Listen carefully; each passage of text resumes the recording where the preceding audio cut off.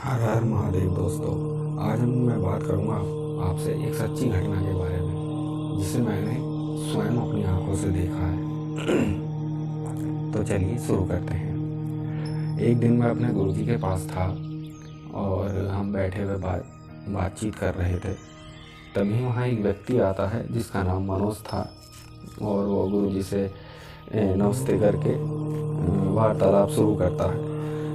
तो बातों ही बातों में वो अपने एक मित्र का जिक्र करता है। गुरुजी एक मेरे मित्र हैं जो कि कुछ समय से काफ़ी परेशान हैं और काफ़ी दुखी हैं। गुरुजी ने पूछा, ऐसी क्या समस्या है, ज़रा बताओ मुझे। तो गुरुजी से उसने बताया कि गुरुजी एक मेरे मित्र हैं जो काफ़ी समय से परेशान हैं। तो उनका जो लड़का है वो कुछ दिनों से काफ़ी अजीब सा व्यवहार कर रहा है और अजीब अजीब सी बातें करता है। ना ही वो ठीक से खाना खाता है, ना ही ठीक से सोता है और अजीब अजीब सी हरकत कर रहा है, ना ही वो जॉब पर जा रहा है। तो गुरुजी उसकी सारी बातें सुनकर समझ गए कि उस लड़के पर कोई प्रेत बाधा है जिसे हम तीसरी शक्ति का नाम देंगे। तो गुरुजी से उसने पूछा कि गुरुजी आपके पास यदि इस चीज़ का समाधान है तो कृपया आप मुझे बतलाएं। तो गुरुजी ने उससे कहा कि उसके परिवार को आप एक बार यहाँ लेकर आइए। तो वो अगले दिन उस परिवार को लेकर आया। तो गुरुजी ने जैसे ही इस लड़के को देखा वह समझ गए कि इस लड़के को प्रेत बाधा है, यानी कि तीसरी शक्ति का वास है। तो गुरुजी ने इस लड़के से कहा कि तुम इधर आओ और यहाँ धूने पर बैठो मेरे सामने। तो उस लड़के ने तभी अचानक ही ये ऐसा देखा मैंने, तभी इस लड़के ने अपनी बड़ी बड़ी आंखें करी और गुरुजी की तरफ देखने लगा। और देखने के बाद गुरुजी ने तभी गंगा जल लिया और कुछ मंत्र पढ़कर उसके ऊपर छींटे मारी। तभी वो शांत हो गया, यानी जो तीसरी चीज़ थी वो नीचे हो गई, यानी पीछे हट गई, एक तरीके से ये कह सकते हैं। तो ऐसा होने के बाद तभी गुरुजी ने उसे धूने पर बैठने के लिए कहा। वो तभी शांत रूप से धूने पर बैठ गया। बैठने के बाद गुरुजी ने उससे कहा कि ओम नमः शिवाय, ओम का जाप शुरू करो और जब तक करना तब तक मैं मना ना करूं, यानी कि रोकूं नहीं। उसने कहा ठीक है। तो उसने जाप शुरू करा ओम नमः शिवाय ओम का। तो जाप करते करते जब उसे 15 से 20 मिनट हो गए तो उसके पश्चात अचानक उसने जोर से एकदम चीख मारी। चीख मारने के बाद सब लोगों ने उसकी तरफ को देखा, उसके परिवार वालों ने, और हमको तो पता ही था कि उस पर कोई तीसरी शक्ति है। और चीख मारने के बाद एकदम भारी आवाज़ कर कर गुरुजी से बोला कि क्यों मुझे बुलाया है तुमने, क्या चाहता है तुम मुझसे। और गुरुजी ने पूछा क्या नाम है तेरा, अपना नाम बता। तो वो जोर जोर से हंसने लगा और कहने लगा कि तू मुझे रोकेगा, तेरी इतनी हिम्मत, तूने मुझे बुलाया यहाँ। और इस तरीके से कहकर जोर जोर से हंसने लगा कि मैं इस लड़के को लेकर जाऊँगा, इस संसार की कोई ताकत मुझे नहीं रोक सकती। तो तभी गुरुजी ने अपनी धूने की राख लेकर और हाथ में लेकर उसकी तरफ करके फूंक मार दी। फूंक मारने के बाद जैसे ही गुरुजी ने ये कार्य किया तभी लड़का बेहोश होकर पीछे को गिर गया। गिरने के बाद उसके परिवार वालों ने उसे पीछे की तरफ वहाँ एक तख्त था, वहाँ लिटा दिया उस तख्त पर।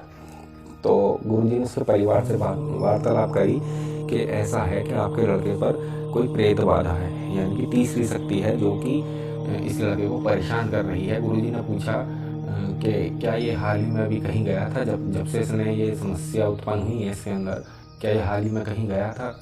तो उसके परिवार वालों ने कहा कि हाँ गुरुजी, इसका एक मित्र था जो रोड एक्सीडेंट में मारा गया था, तो उसकी अंतिम संस्कार में ये गया था। तो गुरुजी ने पूछा क्या ये शमशान में भी गया था। तो उन्होंने कहा हाँ गुरुजी गया था, सारे कार्य कर कर तभी वहाँ से आया था ये। तो उसके कितने दिन बाद ये समस्या इसके साथ उत्पन्न हुई, गुरुजी ने ये पूछा उसके परिवार से।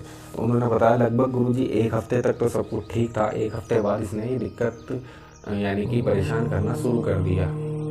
तो गुरुजी ने कहा कि तभी से ही इसके साथ कोई चीज़ ऐसी लग गई है जो इसे छोड़ना नहीं चाहती और इसे अपने साथ लेकर जाना चाहती है।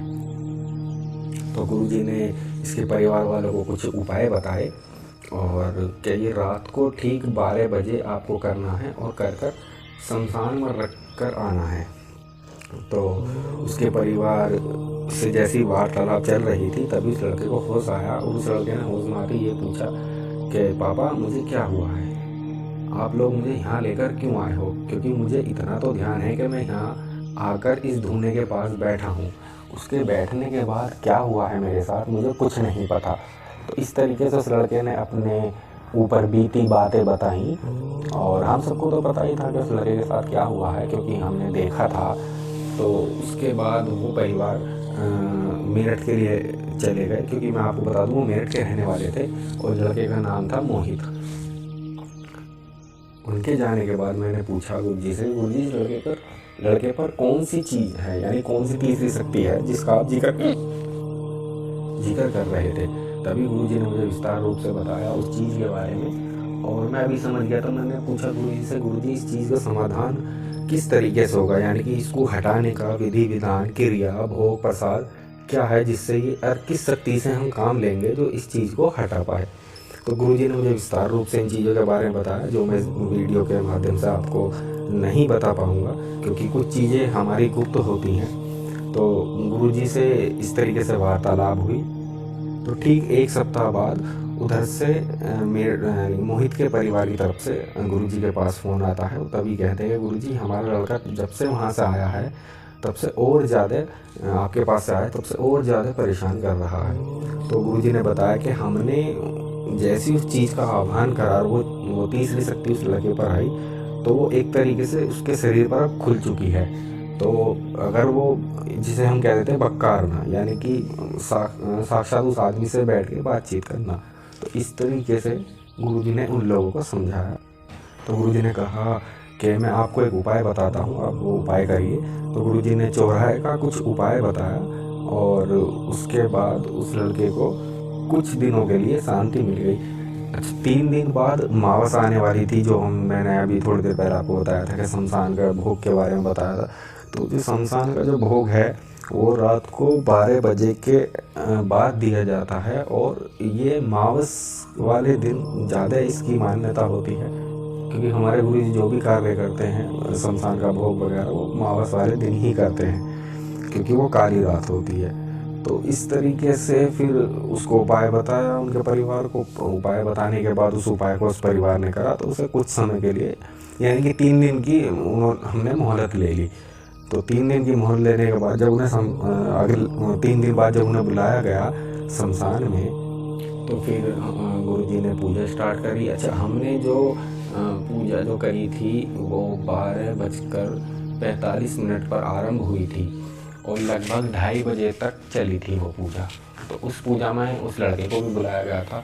तो उस टाइम उस लड़के का हमने वो रूप देखा जो तीसरी शक्ति थी, यानी कि समझ लो संपूर्ण रूप से उसके ऊपर हावी थी और काफ़ी भारी आवाज़ में वार्तालाप कर रही थी और किसी के भी वो लड़का काबू में नहीं आ रखा था, जबकि उसे 3-3 4-4 जनों ने पकड़ रखा था लेकिन फिर भी वो काबू में नहीं आ रहा था। तो गुरुजी ने घर पूजा स्टार्ट करी और धीरे धीरे वो शांत होता चला गया। तो उसके पश्चात तो गुरुजी ने कहा कि इसकी अभी 2 पूजा और होंगी इसी तरीके से, क्योंकि जैसे जैसे हम ये पूजा करेंगे उस तरीके से उसकी जो तीसरी शक्ति है उसकी शक्तियाँ कमज़ोर होंगी। जिस तरीके से हम कोई भी कार्य करते हैं, जैसे 1 बार में नहीं हुआ, 2 बार में नहीं हुआ तो तीसरी बार में हो जाता है। लेकिन ये जो क्रियाएं हैं इसका हम इस तरीके से इस्तेमाल करते हैं कि धीरे धीरे उस चीज़ की हम काट करते हैं। तो 3 भोग में हम संपूर्ण रूप से उस सामने वाले इंसान का इलाज कर देते हैं। तो उसके बाद जब वो पूजा संपन्न हो गई तो वो गाड़ी कर लाए थे, तो रात को ही अपने वापसी चले गए क्योंकि मेरठ के रहने वाले थे और यहाँ से गुरुजी के पास मेरठ, मतलब हमारे गुरुजी हापुड़ के रहने वाले हैं तो हापुड़ से ज़्यादा दूर नहीं है मेरठ। तो उसके पश्चात मैं तो वहीं गुरुजी के पास रुका था रात को, क्योंकि मैं अगले दिन सुबह को अपने घर आया था। तो उसके पश्चात फिर मैंने अगले दिन सुबह गुरुजी से बात करी सुबह उठकर कि गुरुजी अब इसका जो भोग है वो दूसरा भोग जो है वो किस दिन जाएगा। तो गुरुजी ने विस्तार रूप से मुझे बताया कि ये जो भोग हैं ये समय के अनुसार जाते हैं। जैसे कि अब हमने ये पहला भोग दिया है, तो इससे हम ये देखेंगे कि ये चीज़ कितना हट चुकी है और कितनी अभी बाकी है।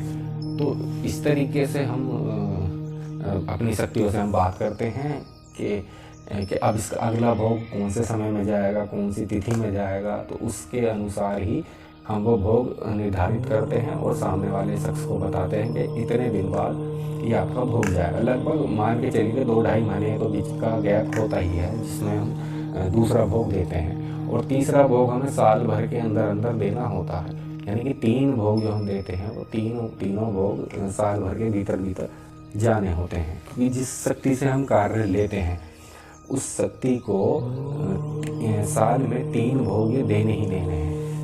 तो इस तरीके से हम सामने वाले इंसान का इलाज करते हैं, और एक तरीके से चिकित्सा भी बोल सकते हैं सर, कि क्योंकि ये भी एक इसे गलत भावना से पहली बात तो ना ले कि ये गलत चीज़ें हैं। और दूसरी चीज़ ये कि मेरा ये मानना है कि शमशान से अधिक शांति और अपने सवालों के जवाब यदि आपको लेना हो, यदि आप दिल के कमज़ोर ना हो, तो आप शमशान में जाकर बैठें और वहाँ अपने मन के अंदर उन सवालों को रखें, और उसका मैं आपको गारंटी देता हूँ उन सवालों का उत्तर आपको बहुत जल्द वहाँ मिल जाएगा। और ये नहीं कि आपको डेली यहाँ जाना है, वहाँ सिर्फ आप एक ही दिन जा सकते हैं, तो आपको आपके सवालों का जवाब वहाँ मिल जाए।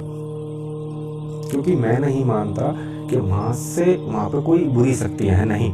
यदि आप सीधी सी बात है, यदि आप सड़क पर चल रहे हैं, मैं आपको एक छोटा सा उदाहरण देता हूँ। आप सड़क पर चल रहे हैं, चलने के बाद यदि आप किसी से टकरा जाते हैं या आपसे कोई टकरा जाता है, तो दो परिस्थितियाँ उत्पन्न होती हैं। पहली कि या तो आप उससे झगड़ा करें, दूसरी कि गलती हो गई इतना बोलकर आप आगे बढ़ जाए।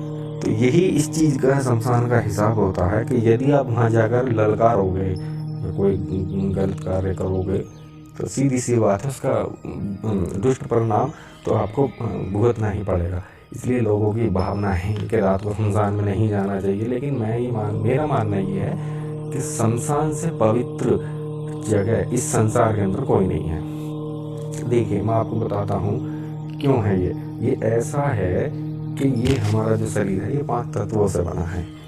उन 5 तत्वों को मिटाने की जो शक्ति है वो सिर्फ शमशान के अंदर है। यानी कि हमारा जो 5 तत्वों से शरीर बना है वो वहाँ जाकर लीन हो जाता है इन 5 चीज़ों में, और बचता है क्या? आत्मा।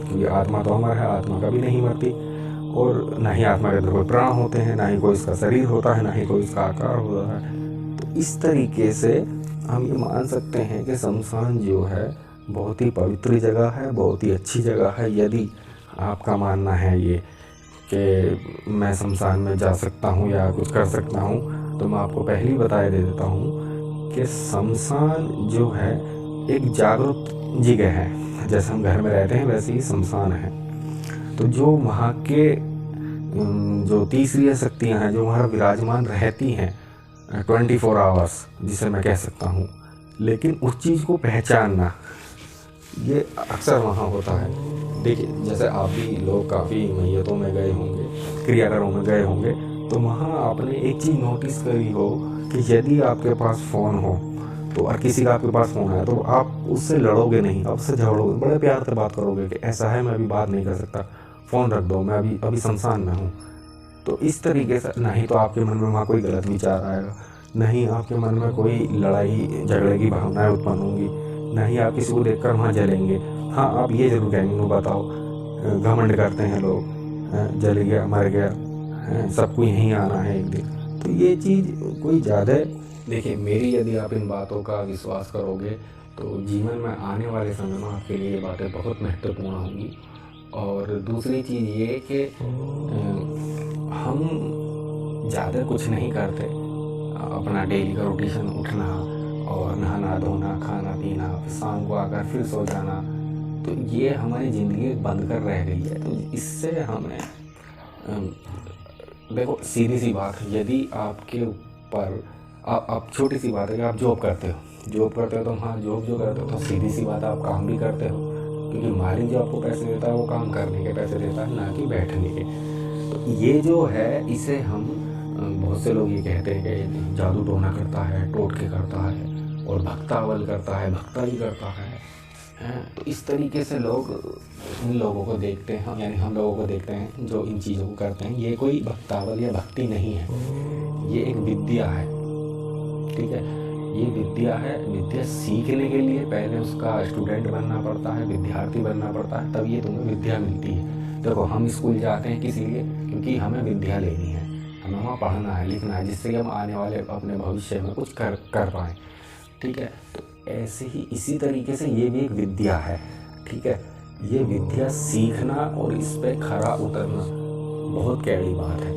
अगर यदि आपको मेरी इन बातों पर विश्वास नहीं है तो आप भी कर देखिए, आप भी ये चीज़ें सीख कर देखिए, आप भी ये विद्या पढ़ कर देखिए, क्रियाएँ सीखिए। लेकिन उससे पहले महत्वपूर्ण ये है कि आप सच्चे मन से इस कार्य को करें, क्योंकि कोई भी चीज़ हो, जब तक इंसान का मन साफ नहीं होगा तो आप आगे नहीं बढ़ पाएंगे। जैसे पढ़ाई को लेकर, ठीक है, या किसी जॉब को लेकर या किसी यात्रा को लेकर, अगर आपका संकल्प पक्का है कि हाँ मुझे ये करना है, तो आप इन चीज़ों को कर पाएंगे।